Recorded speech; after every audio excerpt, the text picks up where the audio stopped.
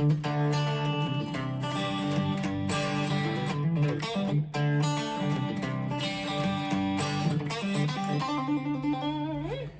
hi, sorry guys. I'm going to show you a real easy way to play Sweet Home Alabama.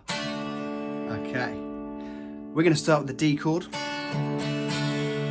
We got a C9 and we got a G.